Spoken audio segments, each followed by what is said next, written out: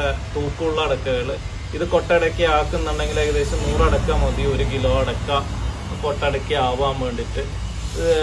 CPCRAന്റെ കണക്ക് പ്രകാരം 4.5 കിലോ അടക്ക ഒരു കമുകുന്ന് കിട്ടും. ഏകദേശം അതിന് മേലെ നന്നായി നോക്കുന്ന ഒരു തോട്ടത്തിൽ ഒരു കമുകുന്ന് 4.5 കിലോയിൽ മീറ്റൊക്കെ കിട്ടുന്നതായിരിക്കും. നമ്മൾ ഈ വിത്തടക്കി എടുത്ത തോട്ടത്തിൽ ഏകദേശം ഒരു കമുകുന്ന് 4.5 കിലോന് മേലെ കിട്ടും, മറ്റു അസുഖങ്ങളൊന്നും ബാധിച്ചില്ലെങ്കിൽ.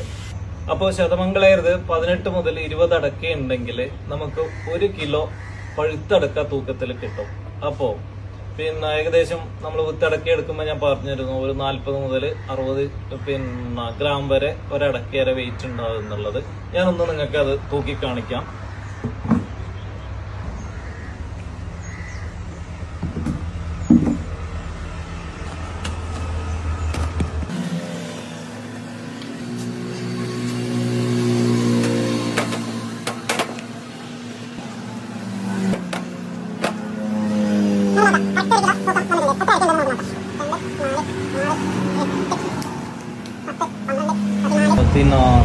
പതിനേഴ് 17 അടക്കയില് 1 കിലോ തൂക്കം നമുക്ക് കിട്ടിയിട്ടുണ്ട്. അപ്പോ ഒരടക്ക എന്ന് പറയുന്നത് നമുക്ക് നോക്കാം എത്ര ഗ്രാം ഉണ്ട്.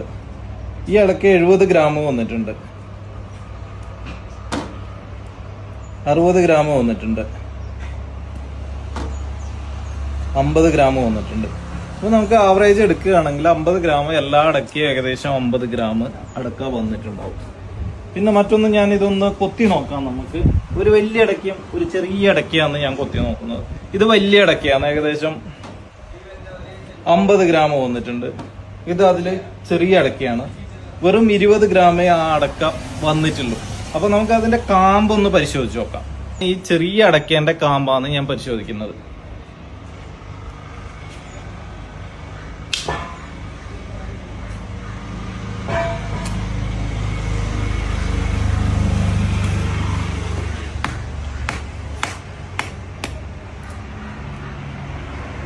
നിങ്ങൾക്ക് കാണാൻ പറ്റും, കാമ്പ് നിറയെ കാമ്പാണ്.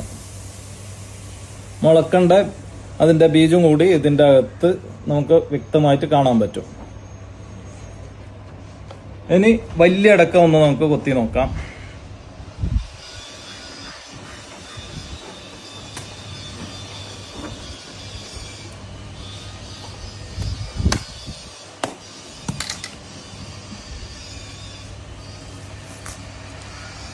ഇതും നിറയെ കാമ്പാണ്.